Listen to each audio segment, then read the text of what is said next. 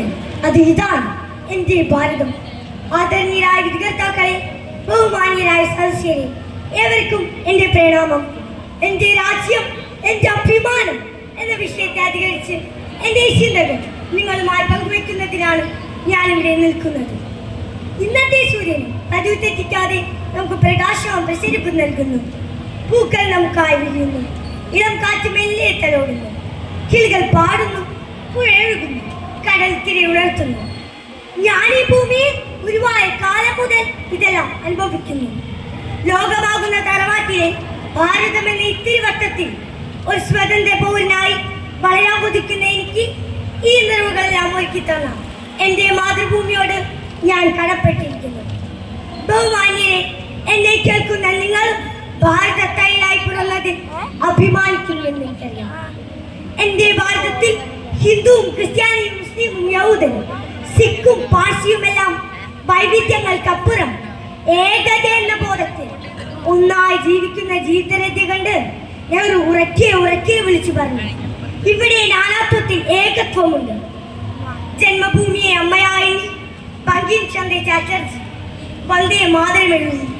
സുജലാം സുബലാം മലയജ ശീതളാം സസ്യശ്യാമളാം മാതരം വന്ദേ മാതരം.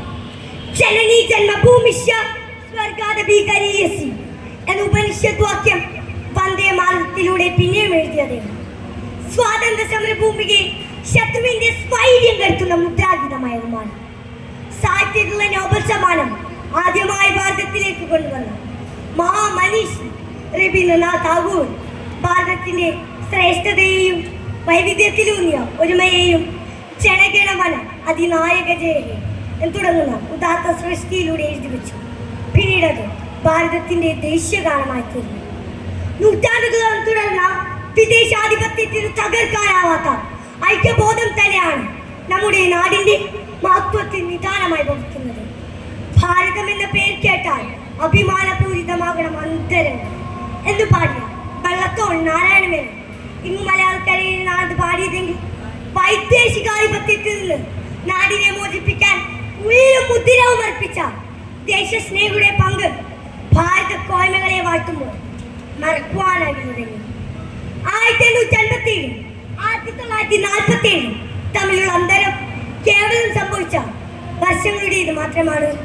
റാണി Lakshmibai, താന്ത്യ Tope, Siraj തൗള, P കമസർമാർ, വേൽ തമിഴളവ, പഴശ്ശിരാജ എന്നിവർ തുടങ്ങി ഭഗത് സിംഗ്, സുഭാഷ് ചന്ദ്രബോസ്, ചന്ദ്രശേഖർ ആസാദ്, വല്ലഭായ് പട്ടേൽ, ബാലഗംഗാധർ തിലക്, ലാലാ ലജ്പത് റായ് എന്നിവരിലൂടെ കടന്ന് സരോജിനി നായിഡു, നെഹ്റു, ഒടുവിൽ മഹാത്മാഗാന്ധി വരെ നീളുന്ന സമരസേനാനികൾ, പരാമർശിക്കപ്പെടാതെ പോയ ലക്ഷക്കണക്കിന് ദേശസ്നേഹികൾ ഇവരെല്ലാം ചേർന്ന് ഊട്ടും പാവും നൽകി കൈമാറുന്ന ഭാരതത്തെ കുറിച്ച് ഓർക്കുമ്പോൾ നെഞ്ചിൽ നിറയുന്ന ദേശസ്നേഹം അത് നമ്മുടെ അഭിമാനബോധത്തിന്റെ അടയാളപ്പെടുത്തലാണ്.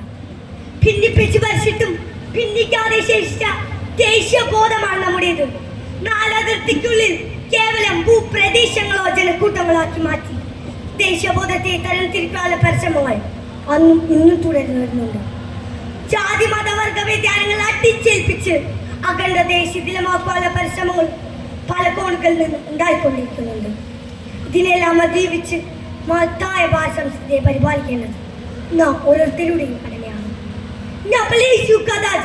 എന്ന ഗീതാവാക്യത്തെ ഉൾക്കൊണ്ട് അവരവൻ ആത്മസുഖത്തിന് ആചരിക്കുന്നവയെ അവരിൽ സുഖത്തിനായി വരയണം എന്ന ഗുരുദേവ വാഗ്മയം പ്രവൃത്തിപഥത്തിൽ പാലിച്ച് മുന്നിൽ നടന്നവർ നമുക്കായി കൈമാറ്റുന്ന ദീപശിഖാണ് യാത്ര കാത്തുവെച്ച് എന്റെ അഭിമാനമായ എന്റെ രാജ്യത്തിനായി ഞാൻ എന്റെ അവസാനത്തുള്ളിൽ എത്തവരെ ചിന്തുവാൻ സന്നദ്ധനാണെന്ന് കരലുറപ്പിച്ച് മുന്നേറാൻ പരിശ്രമിക്കേണ്ടതുണ്ട് എന്ന് ഓരോരുത്തരെയും ഉദ്ബോധിപ്പിച്ചുകൊണ്ട് വിടവാങ്ങുന്നു.